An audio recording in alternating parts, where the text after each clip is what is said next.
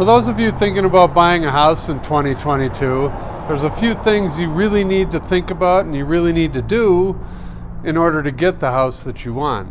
So let's talk about it, but let's go to a better spot.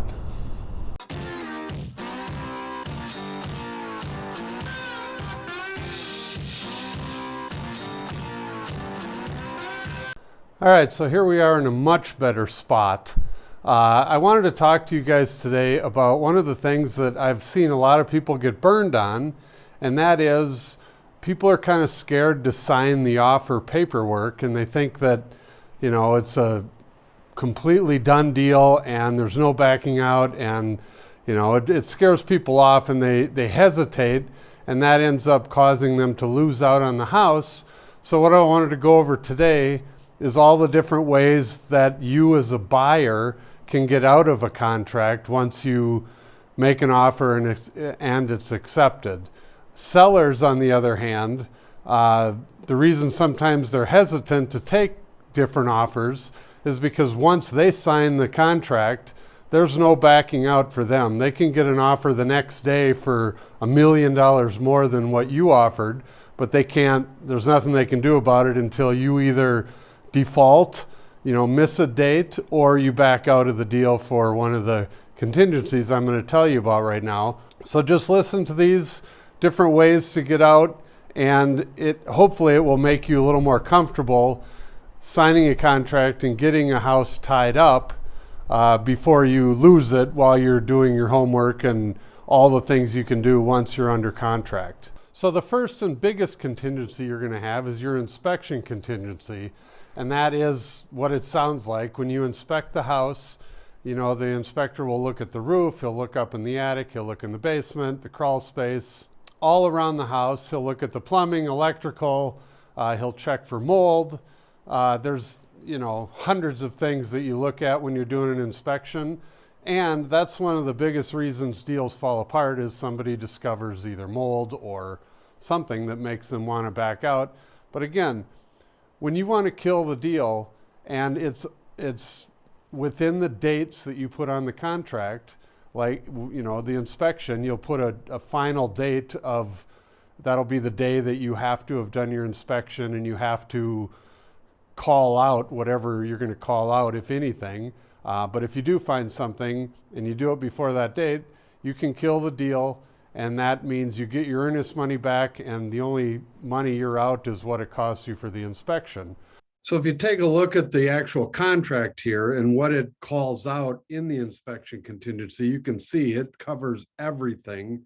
And basically the very first one, home and property inspection, everything that includes everything. But then it goes on to list electrical, plumbing, pest and rodent inspection, accounting, wildfire risk, water samples, easement. It pretty much covers the whole gamut. So like I said, with the inspection contingency, that is the way most people get out of a deal. The next contingencies that we'll deal with, or that most people will use to get out of a contract, is the financing contingency or the appraisal contingency, and they kind of work hand in hand.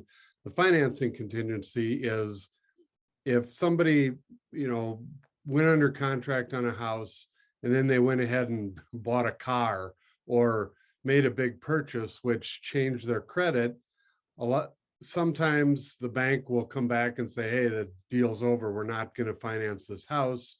And in order to protect your earnest money, again, these contractors are very pro buyer, so you can get out of the deal if they all of a sudden say, the financing isn't going to work because you just bought a car and that ruined your either credit or how much you owe different people, whether it's a car dealership or some other big thing that you may have bought.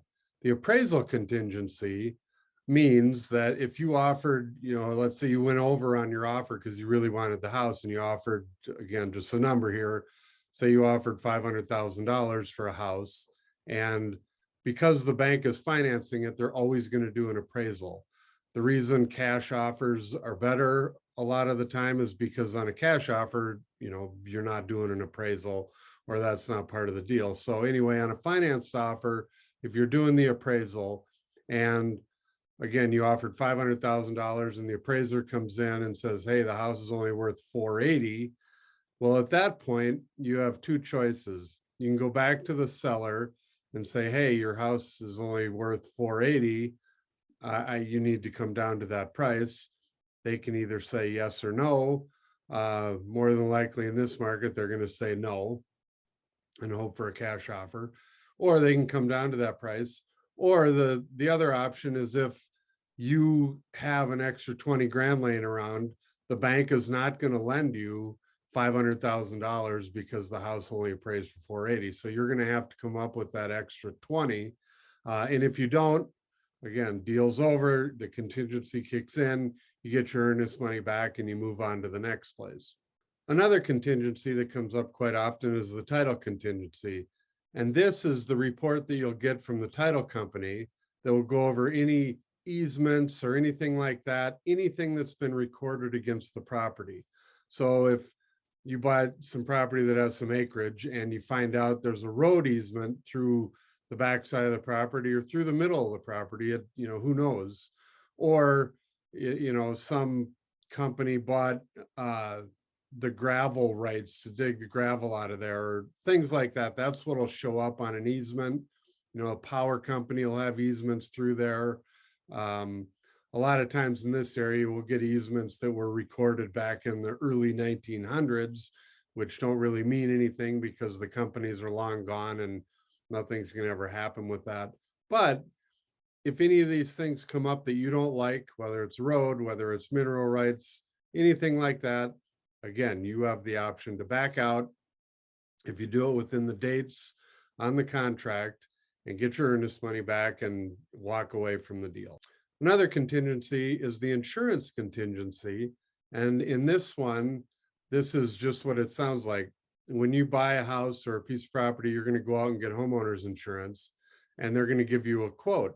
And if you happen to be by a river like we were a minute ago, or if you're out in the woods like you see behind me, some of the insurance companies are starting to push back on houses out in the woods like this for fire danger. And some of them won't insure you at all. Others will be very high on their price. It just depends how far you are away from a fire department or from a fire hydrant or any type of fire suppression means. And along the river, obviously flood insurance, that can come up. If you're in a 100-year floodplain, your insurance prices are going to go pretty high. And again, that may be the difference on, if you're at the high end of your price range for the payment you want to make every month, and then all of a sudden the insurance quote comes in super high, which makes it unaffordable for you. Again, you are protected. If you do it within the dates that are on the contract, you can say, hey, I can't afford this house because of my fire insurance, flood insurance, whatever it may be. And so I'm going to back out of the deal. Again, you get your earnest money back and you are protected. The last thing that comes up is the lead-based paint contingency. So what that means is any house that was built before 1978 usually has lead-based paint. And if there's a whole bunch of peeling paint on the house and you're required to repair that or mitigate that, again, you'll have time to check into that and see what you need to do. And if you decide it's too much work or you don't want to be around lead-based paint, again, you can back out, use this contingency, get your earnest money back, and walk away. So the main reason I wanted to do this video is I've seen many people lose out on houses because they're scared to get a place under contract. They're scared to sign all the paperwork, and it's a lot of paperwork and it can be scary. But just know that as a buyer, there's numerous ways for you to get out of the deal if any of these things come up. And once it's under contract, the seller can't. So I tell people all the time, get it under contract and then do your homework. Because if you wait around in this market, someone else is going to come in and scoop it up, and then you're out of luck or you're in the backup position hoping that the deal falls apart. Thank you for watching our video. Please call, text, or email for more information, and don't forget to watch our other videos about Montana.